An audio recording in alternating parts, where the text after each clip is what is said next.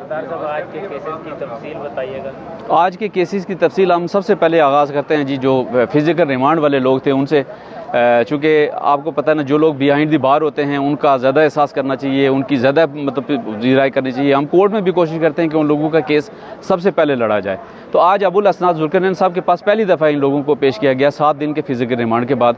इससे पहले ये ATC 2 में पेश होते रहे हैं, चूँकि ये जज साहब ट्रेनिंग पे थे।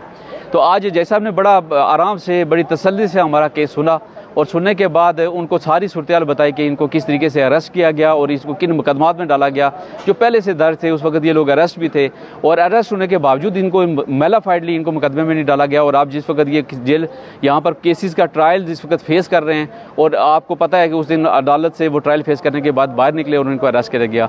तो आज दलाइल सुनने के बाद जज साहब ने डायरेक्शन दी है IO को कि आपने 3 दिन में इसको कंक्लूड करना है और फिर इसका ट्रायल आपने इसकी तफ्तीश करनी है, ताकि अगर ये डिस्चार्ज का केस बनता है तो इनको डिस्चार्ज करें, अदरवाइज इनको जुडिशल किया जाएगा इंशाल्लाह 3 दिन के बाद। ये पहले गिरफ्तार किए हुए थे ये मुकदमे, और उनको फिर छोड़ा और फिर अदालत के बाहर से पकड़ा गया। ये पहले 26 नवंबर एहतजाज के केसेस में मुख्तलिफ FIRs में ये अरेस्ट थे, और जो एक ट्रायल जिसकी 23 तारीख को ऑर्डर होना है 976-77 का, उसमें ये पेश हो रहे थे और उसमें ट्रायल हो चुका है, तकरीबन कंक्लूड हो चुका है। अब 23 तारीख को फैसला आना है।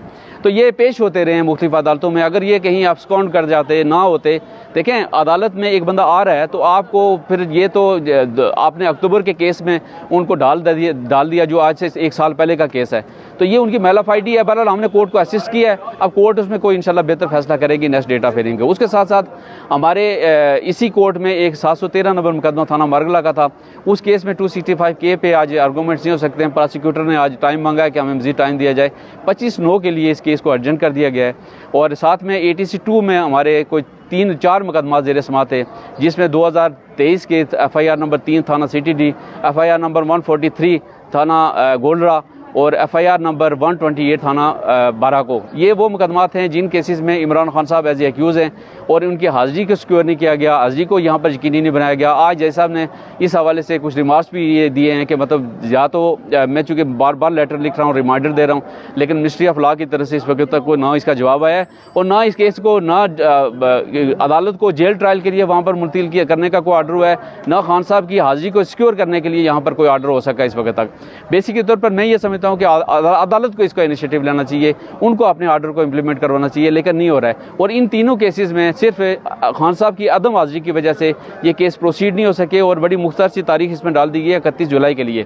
31 जुलाई को सारे वर्कर्स दोबारा पेश होंगे और इस केस को देखेंगे कि खान साहब की हद तक क्या प्रोसीडिंग है, क्या प्रोग्रेस है, उसके बाद उसमें देखा जाएगा।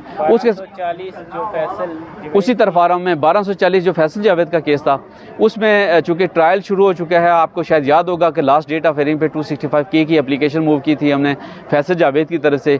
उसी दिन विदाउट नोटिस, कोई नोटिस भी नहीं हुआ, और उसी दिन प्रोसिक्यूटर को सुनने के बाद अदालत ने हमारी 265K की एप्लीकेशन को खारिज कर दिया। उसके पास हमारे पास रेमेडी है कि हम इंशाल्लाह इसको हम चैलेंज करेंगे इस्लामाबाद हाई कोर्ट में। लेकिन इसके साथ साथ इस केस में चूँकि बड़ा स्पीडी ट्रायल शुरू है, 2 विटनेसेस इसमें ऑलरेडी इन चीफ हो चुका है, आज तीसरे की उम्मीद है कि उसमें तीसरे का भी आज इन चीफ हो जाएगा, और उसके बाद इंशाल्लाह हम कोशिश करेंगे कि इस पर सारा जिरा करें। इस केस को स्पेशली चूँकि इलियास सिद्दीकी साहब लीड कर रहे हैं, हम भी उनके साथ हैं, उनको असिस्ट कर रहे हैं, तो ये केस भी 31 जुलाई के लिए मुलतवी